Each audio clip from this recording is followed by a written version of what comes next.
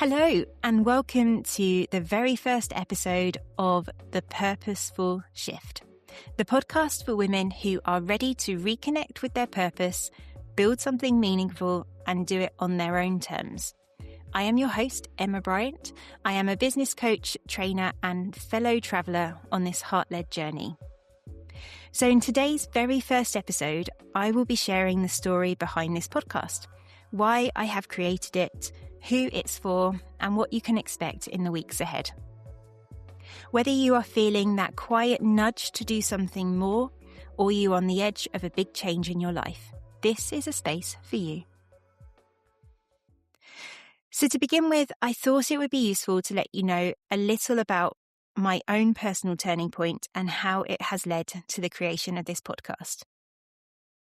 So as I approached the age of 40, I really started to think about my life and the journey that I had taken so far, some of the choices that I'd made, like leaving all my friends and family, most of my family, to move to Cornwall in 2008, what I had achieved both personally and professionally and hadn't yet achieved but felt important to me still. I called it reflection and self-development. I like to think of it as something quite positive, this journey that I've been on, this journey of self-discovery, but my dad called it a midlife crisis. And, maybe it was. I would say it started about 18 months before I turned 40, when I really considered some of the things that I thought I might have achieved by now in terms of career and life goals, especially around financial income and status-related goals, as well as places that I thought I would have visited and hadn't yet. It was hard not to start to compare my life to other people my age, whether they were friends or people who'd seemed to have great success already by the age of 40, especially people I admired. Great. Thanks, social media, for making everyone's lives so available in that way. Anyway, it hit me quite hard that I was halfway through my life and perhaps I'd made some choices which, let's say, had hindered me reaching some of those lofty goals that I would have set myself when I was a teenager or in my early 20s.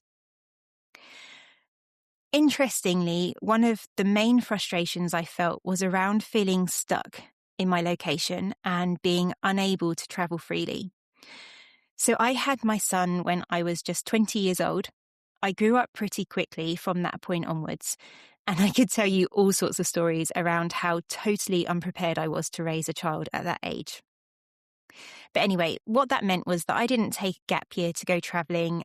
I didn't even jump straight into university like most of my friends did. And I've held that identity of being a mum and someone who keeps a home ever since.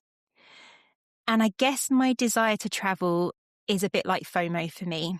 I felt like I was missing out on, pretty much the world, basically. So I started my 39th year on a mission to travel as much as possible. I basically used my 40th birthday as an excuse to go on as many different trips as I could possibly squeeze into the year around my work and family commitments. Now, these weren't extravagant trips to far-flung places. I didn't go to the Maldives or to any other tropical islands. They weren't trips that cost thousands of pounds, but they were trips with my friends and family to different places where I felt like I had an opportunity to experience a sense of adventure. And on the whole, I did, and I had a fabulous year. And of course, those were all wonderful experiences. I got plenty of memories to pop in my memory bank, but like most dopamine hits, they were short-lived, and they either left me wanting more or wondering how I was ever going to see all of the things that I wanted to see in my lifetime, like literally the whole world. My goal is to travel the whole world. And as time went on and I reflected further, and I think I realized that all of that wonderful travel was really exciting for me, but it didn't help me feel like I was getting that sense of purpose from my life that I was trying to find. Now, I know with the benefit of experience and learning that purpose needs to come from within us, not from external factors or motivators or external validation. But that internal purpose can be quite difficult to find, and we quite literally could spend our whole lives looking for it. So no matter how much reflection and soul searching and journaling we do, it can still be really difficult for us to uncover what our intrinsic motivators are. the things that are going to help us feel like we're achieving our purpose, our why, if you like, those things, those moments, those thoughts that help keep us going when times get tough. And so we keep looking. We keep spending our days searching for this elusive something rather than enjoying our time right now and living in the moment and really being present.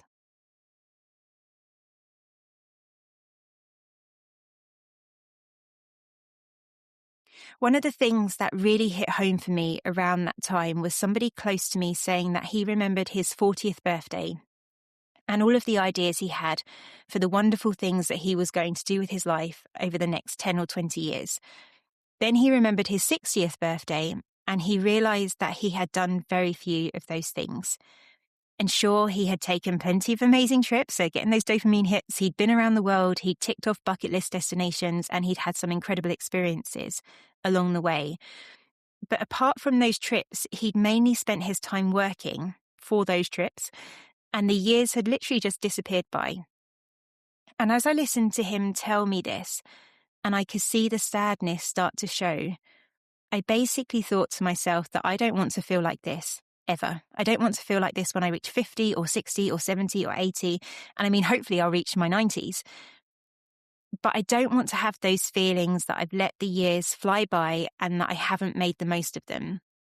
I don't want to question what I've done with those years. I don't want to feel like I've missed out or that I haven't pushed myself or that I hadn't tested what I was capable of or I hadn't been brave enough to take the adventures that I wanted to take, whether they were literal traveling adventures, because of course we now know that that's very important to me, or whether they were starting a new business, and I've done lots of those too, or whether they were family orientated or money orientated.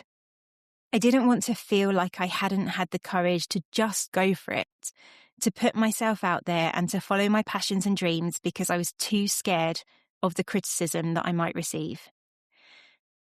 The more I thought about it, I realized that what I was actually more scared of than the criticism and the judgment was the thought that I might reach my later years and see my life slipping away like sand through my fingers, and that it was too late to do anything about it.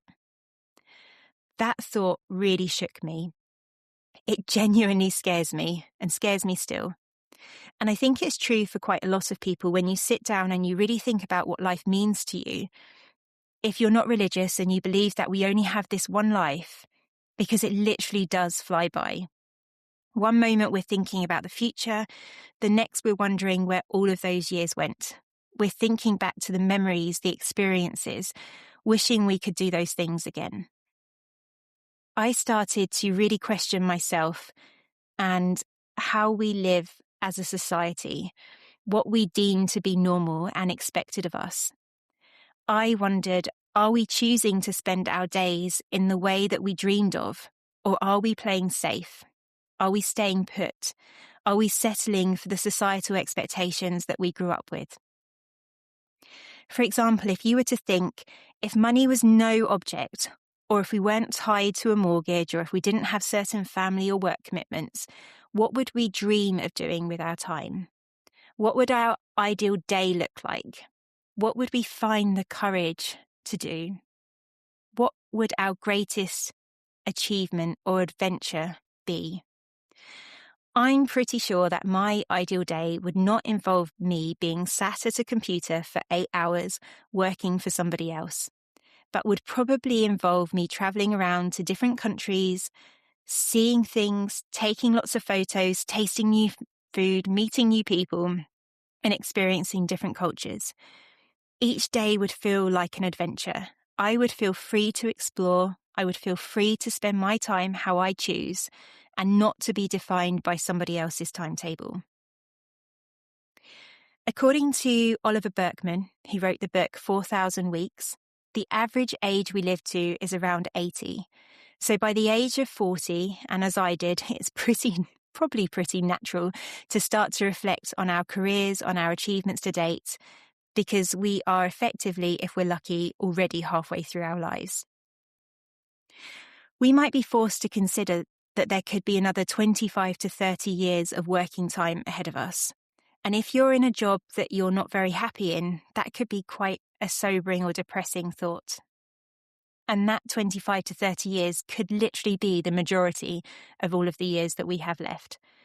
So to me, it's really no surprise that we start to wonder if this, what we're doing right here, right now, is all there is to life. If it gets better, or if this is the best of it that we're living right now today. I used to quote somebody else, and I can't remember where I saw this, but I remember seeing it somewhere where a person was on their deathbed and they wanted to think about their life, smile, and said, gosh, what a ride. And that's what I want for me. I want to be there, and I can picture this. I can picture me in hopefully in a really nice place, a hospice or hospital, I don't know. But anyway, I can picture me in this bed with my loved ones around me saying, don't be sad. I've had the best life. Thinking about all the memories, all of the wonderful things that I've done, my family and friends that have been there with me throughout the journey. And that's what I want for me. And that's what I want for you too. So the purpose of this podcast really is to explore some of those ideas. What do you dream of doing? What would your ideal day look like? How can you feel happier in your current life? How can you explore your sense of worth or purpose? And how can you really enjoy your ride of life? I will have some of those conversations with inspiring women who are following their dreams already and they're making the most of their everydays. And discuss some of these ideas and thoughts in more depth in solo episodes like this one to help you explore what your purpose or joy in life might be, and to help you consider the possibility of something different to this kind of humdrum that we so often settle for. There's so many different ways that each of us can consider how we might explore or find our purpose or more joy, or discover what makes us truly happy. And what I would like to do through this podcast really is to help take you on that journey to consider your dreams, your ideas, your goals, and what brings you true joy. I want to help you challenge any limiting beliefs and the societal expectations that might be holding you back, to help you find the courage within and to be brave enough to take the steps that you need to take to be able to feel like you are on your way to finding your purpose, to finding your confidence, to finding more joy, and to most certainly avoiding a place of burnout or unhappiness. So if you are looking to make a purposeful shift in your life and you want to make choices that feel more aligned to you, then I would like you to feel that you're in the right place here.